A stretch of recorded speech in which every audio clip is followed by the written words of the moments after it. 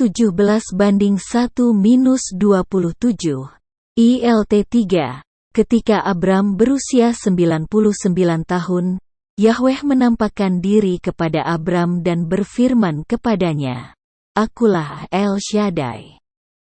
Hiduplah di hadapanku dan jadilah sempurna. Dan aku akan membuat perjanjian antara aku dan engkau, dan aku akan membuat keturunanmu sangat banyak." Maka Abram tersungkur dengan mukanya. Dan Elohim berfirman kepadanya, dengan berkata, "Mengenai aku, lihatlah, perjanjianku ada padamu, maka engkau akan menjadi bapa banyak bangsa. Dan namamu tidak lagi disebut Abram, tetapi namamu akan menjadi Abraham karena aku telah menetapkan engkau sebagai bapa banyak bangsa. Dan aku akan membuat engkau beranak cucu dengan sangat banyak. Bahkan telah menetapkan engkau agar bangsa-bangsa dan raja-raja berasal daripadamu. Dan aku akan meneguhkan perjanjianku antara aku dan engkau dan benihmu sesudah engkau hingga keturunan-keturunan mereka, sebagai perjanjian kekal, untuk menjadi Elohim bagimu. Dan bagi benihmu sesudah engkau. Dan aku akan memberikan kepadamu dan kepada benihmu sesudah engkau, tanah tempat kediamanmu, seluruh negeri Kanaan, sebagai milik yang kekal. Maka aku akan menjadi Elohim mereka." Dan Elohim berfirman kepada Abraham, "Dan engkau harus memelihara perjanjianku, engkau dan benihmu sesudah engkau hingga keturunan-keturunan mereka. Inilah perjanjianku yang harus engkau pelihara antara aku dan engkau dan benihmu sesudah engkau, setiap laki-laki dari antara kamu harus disunat, dan kamu harus disunat kulit khatanmu.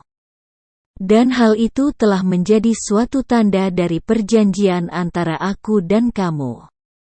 Dan seorang anak laki-laki berumur 8 hari haruslah disunat olehmu. Yaitu setiap laki-laki dalam generasimu yang lahir di rumah, atau yang dibeli dengan uang dari semua bani lain, yang ia bukan dari benihmu. Ia yang lahir di rumahmu dan dia yang dibeli dengan uang harus disunat. Dan perjanjianku akan ada di dalam dagingmu sebagai perjanjian yang kekal. Dan seorang laki-laki yang tidak bersunat, yang kulit khatannya tidak dipotong, orang itu harus dilenyapkan dari antara orang sebangsanya. Dia telah mengingkari perjanjianku."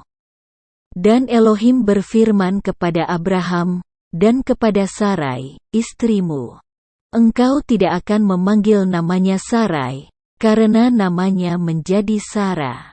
Dan aku telah memberkatinya dan aku juga telah memberikan kepadamu seorang anak laki-laki daripadanya. Dan aku telah memberkatinya, dan dia akan menjadi bangsa-bangsa, raja-raja banyak bangsa berasal daripadanya."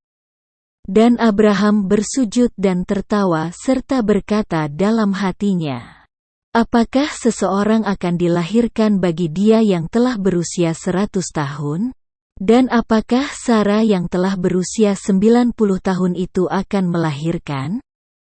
Lalu, Abraham berkata kepada Elohim, "Biarlah Ismail diperkenankan hidup di hadapanmu."